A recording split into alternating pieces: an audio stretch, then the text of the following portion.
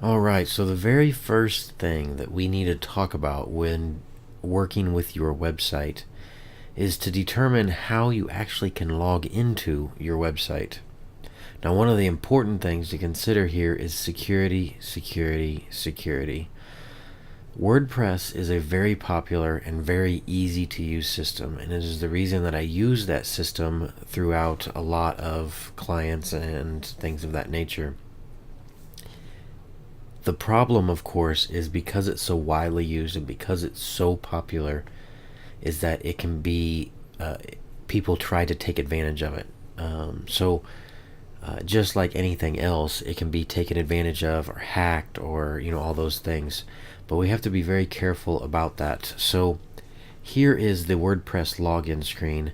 But what I always prefer and practically insist that my clients implement is what they call dual factor authentication, which is more than just a password. Okay, so here's an example where it has username, password, and Google Authenticator code. Now, all the Google Authenticator is an app that runs on your smartphone. It can run on iPhone, it can run on Android, and it's powered by Google. And when I come to this page, now from the back end of my WordPress, it gives me a little QR code that I scan into the application Google Authenticator that's on my phone. Now, when I go to log in, I just open that application and it shows me a little code. It's 6-digit code, and that code expires every like 30 seconds. And so what it does is it'll turn red and then it'll disappear and a new code will appear. And then it'll slowly turn red and then it'll disappear and a new code will appear.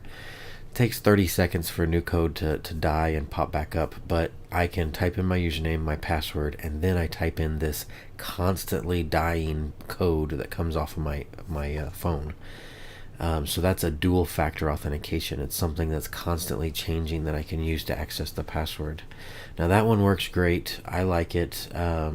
It can be a little bit tedious when you're actually having to go in and find this thing all the time. So I found other ones that are a little more enjoyable to use. One in particular is this one. It's called Clef. Now, so the entire login has been exchanged for these bars that are bouncing up and down. Now, what happens is there's another app on my smartphone.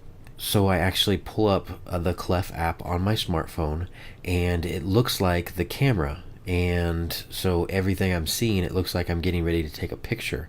However, on top of that picture is the blue bars bouncing up and down, right? And so all I do is wave my phone and line up the blue bars on my phone camera, which you can't see because it's my camera on my phone, to the blue bars on the screen, and that's what happens. They just lined up and it logs me in. So it's logging me in. It takes just a second, and there we go. I'm logged in. And so it's that simple to get logged into the application. Now there's a third one. That's the third and final one, and this one is called Duo Auth or something like that. And so I have a password manager. I'm going to log in real quick. It logs me in with username and password, and then it comes up with this Duo Push authentication. So what I can do is I sign up with this account. The only problem with this account is that if you have they only have a certain number of logins for free. I think you get 5 logins for free, so it's pretty big anyway. But you get a Duo Push, which means if I have the Duo application on my phone, it pushes to my phone and it pops up and just has me hit a button to approve it. The other option is that I can have it call me, and it calls me, and then just automated message gives me a 6-digit passcode. The last one is enter a passcode, in which it text messages me the passcode. So I have a lot of options, even if I don't have a phone that necessarily supports the applications. If I have someone who doesn't have a smartphone, now you have to choose one. You can't have Duo Auth, do the Duo Push, and the Clef and the other. You have to pick one, and everyone has to use it. So that might be something that you need to decide on and pick.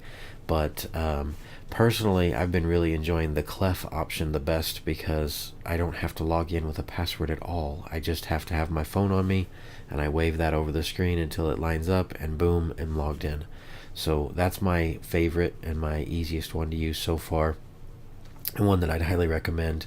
So what you need to do to get access to your site is give me a username and password that you want to log in with. Even if you're using you want to use Clef, tell me which one of these you might want to try out. We can always change it later. I highly recommend we use a two-factor authentication, and then I will get that installed and get you access into that, and that will get you into the admin of your WordPress site. And from there, I'm going to show you an introduction and an overview of the back end of your WordPress site. So stay tuned in the next video for that information. Thank you.